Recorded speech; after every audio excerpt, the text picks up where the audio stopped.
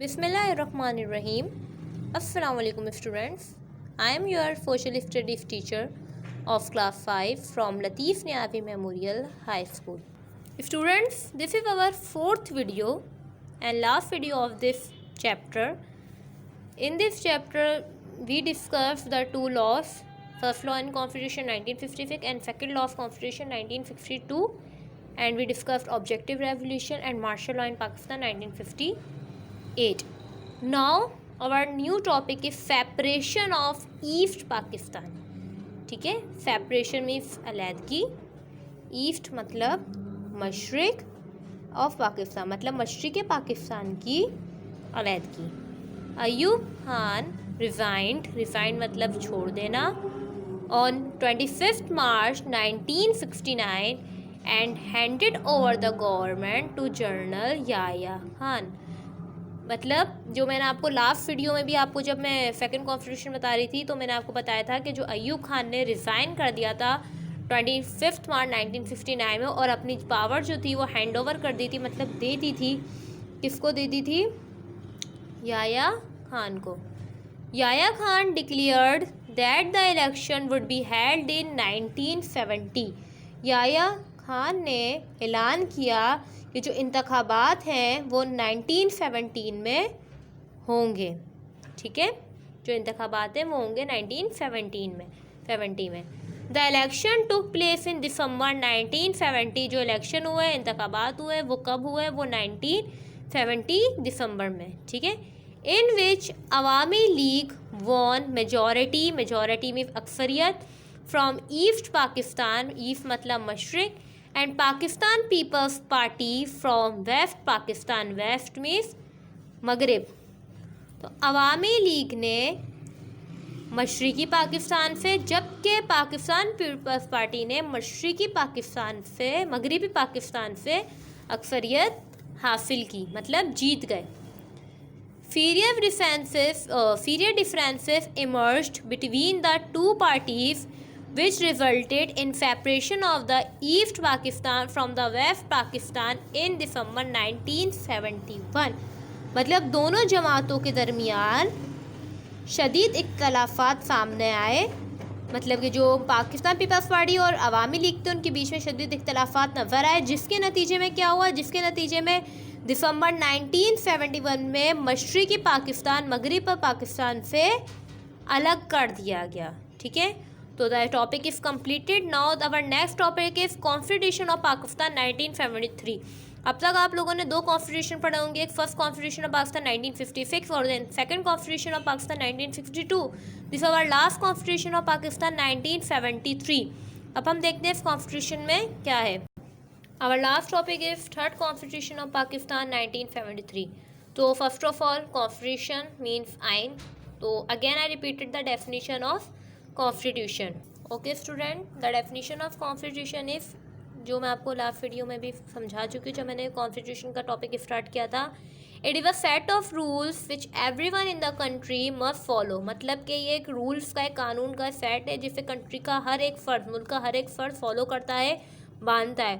और अगर इसकी दूसरी डेफिनेशन देखा जाए तो हम सिंपल कह सकते हैं supreme law of land is called constitution. मतलब ये कि किसी भी मुल्क का सबसे बड़ा कानून, किसी भी मुल्क का सबसे बड़ा कानून क्या कहलाता है? कॉन्स्टिट्यूशन, आइन कहलाता है. ठीक है, अब बात यह है कि ये जो आइन है, कॉन्स्टिट्यूशन है, वो कब बना गया, किस डेट को बना गया? तो ये कॉन्स्टिट्यूशन 14 अगस्त, मतलब पाकिस्तान की आज़ादी हुई थी 1973, 14 अगस्त 1973 में इन्फोर्स किया गया.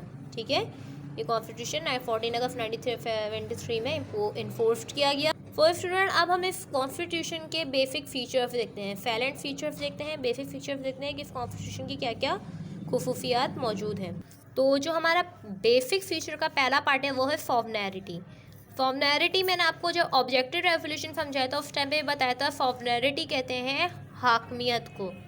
ठीक है, हाकमियत या इक़्तिदार आला. और हाकमियत और इक़्तिदार आला किस पे बिलोंग करता है? It is belong to Allah almighty, Allah ताला से बिलोंग करता है. क्या मतलब हुआ इसका? कि जो जितनी भी हाकमियत है वो अल्लाह ताला के पास है। कोई भी इलेक्ट किया जाए या कोई भी डिसीजन लिया जाए या कोई भी कानून बनाया जाए, कॉन्स्टिट्यूशन बनाया जाए, वो अल्लाह ताला के अहकामात को देखकर बनाया जाए। ठीक है, तो ये हमारा फर्स्ट फीचर था, sovereignty which is belongs to Allah almighty. Now second feature is federation. ठीक है, अब फेडरेशन में क्या होगा? फेडरेशन में ये बताया गया है कि पाकिस्तान के जो प्रोविंसेस होंगे, सूबे, उनको खुद मुख्तारी हासिल होगी। ठीक है, खुद मुख्तारी हासिल होगी, लेकिन तमाम सूबे वफाक के साथ मिलकर काम करेंगे। जितने भी पाकिस्तान के सूबे हैं वो वफाक के साथ मिलकर, मतलब ये कि अगर फॉर एग्ज़ाम्पल सिंध है तो वो सारी सूबों के साथ मिलकर काम करेगा। लेकिन जब बात आएगी कि अपने सूबे की, तो वो उसमें क्या होगा? वो खुद मुख्तार होगा, वो खुद मुख्तार डिसीजंस ले सकता है। तो ये फेडरेशन के अंदर बताया गया है। जो हमारा थर्ड फीचर है वो है स्टेट रिलीजन, मतलब रियासत का मज़हब। तो अगर हम देखा जाए कि पाकिस्तान का मज़हब बाहैसियत क्या हो सकता है, तो सिंपल, पाकिस्तान का जो स्टेट रिलीजन है वो होगा हमारा इस्लाम। कि पाकिस्तान जो है वो Islam is the state religion of Pakistan, मतलब पाकिस्तान को एक इस्लामी मुल्क समझा जाए कि Pakistan is an Islamic country. तो this is the third basic feature. And the fourth basic feature is name of state, मतलब जो पाकिस्तान की रियासत है उसका नाम क्या रखा गया। जब मैंने आपको फर्स्ट कॉन्स्टिट्यूशन पढ़ाया था, तो फर्स्ट कॉन्स्टिट्यूशन में मैंने आपको ये बताया था कि पाकिस्तान का जो नेम रखा गया था वो रखा था इस्लामिक रिपब्लिक ऑफ पाकिस्तान, मतलब जमहूरी इस्लामी जमहूरिया पाकिस्तान। और जब मैंने सेकंड कॉन्स्टिट्यूशन बताया था तो उस टाइम में मैंने स्टेट का नेम क्या बताया था कि सेकंड कॉन्स्टिट्यूशन में द रिपब्लिक ऑफ पाकिस्तान रखा गया था। लेकिन जब लोगों की आर्गूमेंट की वजह से, लोगों की इख्तिलाफात की वजह से उसका नाम अगेन क्या हो गया था? इस्लामिक रिपब्लिक ऑफ पाकिस्तान हो गया था। और जो थर्ड कॉन्स्टिट्यूशन 1973 है उसके अंदर भी पाकिस्तान का जो स्टेट नेम रखा गया वो रखा गया था इस्लामिक रिपब्लिक ऑफ पाकिस्तान, मतलब पाकिस्तान क्या है? वह इस्लामिक रिपब्लिक में जमहूरिया पाकिस्तान है। ठीक है, so this is the fourth basic feature. And the fifth basic feature is form of government. Same जब हमने फर्स्ट कॉन्स्टिट्यूशन ऑफ पाकिस्तान 1956 पढ़ा था तो उसके अंदर मैंने बताया था it is a parliamentary system of government. ठीक है, और जो सेकंड कॉन्स्टिट्यूशन था वो हमारा प्रेसिडेंटल था। अब जो हमारा थर्ड कॉन्स्टिट्यूशन ऑफ गवर्नमेंट है, जो थर्ड कॉन्स्टिट्यूशन ऑफ तो पाकिस्तान का थर्ड कॉन्स्टिट्यूशन है वो हमारा पार्लियामेंट्री है। ठीक है, अब मैं आपको अगेन बताती चलूँ कि what is the difference between the parliamentary और प्रेसिडेंटल। तो प्रेसिडेंट में जो एडमिनिस्ट्रेटिव पावर होती है, ठीक है, प्रेसिडेंट जो है हमारा, उसमें एडमिनिस्ट्रेटिव पावर जो होती है वो प्रेसिडेंट के पास होती है। ठीक है, बट पार्लियामेंट्री में जो एडमिनिस्ट्रेटिव पावर होती है वो प्राइम मिनिस्टर के पास होती है। ठीक है, तो ये पार्लियामेंट्री सिस्टम है तो इसमें एडमिनिस्ट्रेटिव पावर किसके पास होगी? प्राइम मिनिस्टर के पास। और अगर ये प्रेसिडेंटल होता तो उसके अंदर एडमिनिस्ट्रेटिव पावर किसके पास होती? प्रेसिडेंट के पास होती। ठीक है, तो this system is a form of government is parliamentary. So इसके बाद जो हमारा लास्ट पॉइंट है वो मैं आपको बताते चलूँ। लास्ट जो हमारा बेसिक फीचर है वो है ऑफिशियल लैंग्वेज, मतलब सरकारी ज़बान। आप बहुत अच्छी तरीके से ये बात जानते हैं कि जो पाकिस्तान की नेशनल लैंग्वेज है वो है Urdu.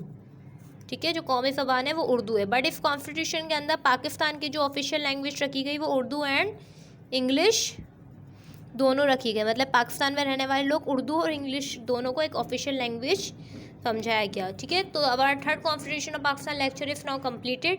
Now open your book page number 51 and start reading constitution of Pakistan 1973, मतलब पाकिस्तान का आइन 1970 यानी 1973 का।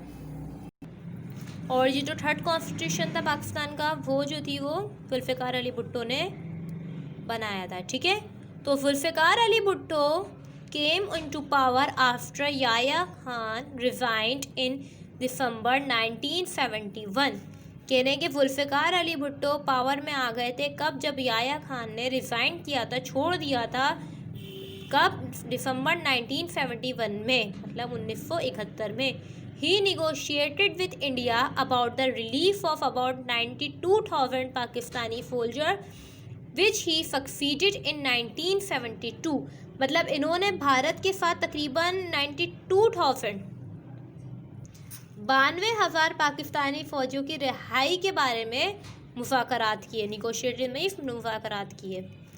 आफ्टर वार्ड, उसके बाद, ही गेव कॉन्स्टिट्यूशन 1973, उन्होंने 1973 का आइन दिया। किसने? जुल्फ़िकार अली भुट्टो ने। On which all political party sign, जिस पर सारी सियासी जमातों ने दस्तखत किए।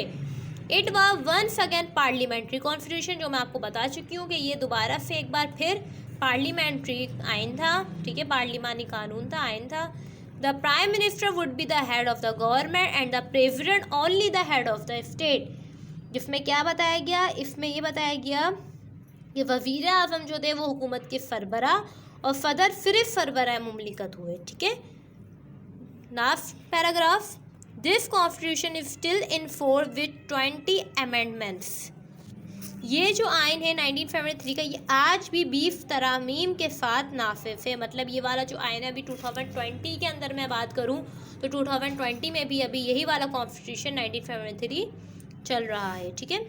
Election if 2008 were held under this constitution, मतलब जो इलेक्शन हुए, इंतखाबात हुए 2008 के, वो भी इसी आइन के तहत हुए। The newly elected government is working well for the welfare of the people.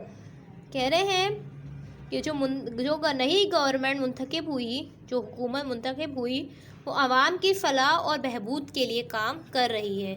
Now our chapter is completed, but let's see the points to remember. Number 1, Pakistan faced a lot of economic, political, constitutional and defense problem in the beginning. कह रहे पाकिस्तान ने सामना किया कई economic मतलब माशी, political मतलब सियासी, कॉन्स्टिट्यूशन मतलब आइनी एंड डिफेंस मतलब दिफाई प्रॉब्लम सामने का शुरुआत। मतलब जब पाकिस्तान बना तो उस टाइम पे पाकिस्तान को सियासी, आइनी और माशी मसलों का सामना करना पड़ता। क्यों करना पड़ा था? क्योंकि पाकिस्तान के पास उस टाइम पे कोई कॉन्स्टिट्यूशन मौजूद नहीं था। Objective revolution was passed in March 1949। Objective revolution जो है वो करार आया, बना कब बना? मार्च 1949 को नाफिज किया गया। The first constitution was passed in 1956। और पहला कॉन्स्टिट्यूशन, पहला आइन कब बना? 1956 में। And Iskander Mirza become the first president of Pakistan. और इस्कंदर मिर्ज़ा क्या बने? पाकिस्तान के पहले सदर बने। Number 4, east Pakistan separated from west Pakistan in 1971। मशरक़ी पाकिस्तान मगरबी पाकिस्तान से अलहदा हो गया। कब अलहदा हुआ? 1971 में। The third constitution was passed in 1973, यानी कि तीसरा जो आइन था वो कब पास हुआ था, कब मंजूर हुआ था? 1973 में, विच इज़ पार्लियामेंट्री नेचर, जो क्या था? पार्लिमानी था, ठीक है। Our chapter is completed now.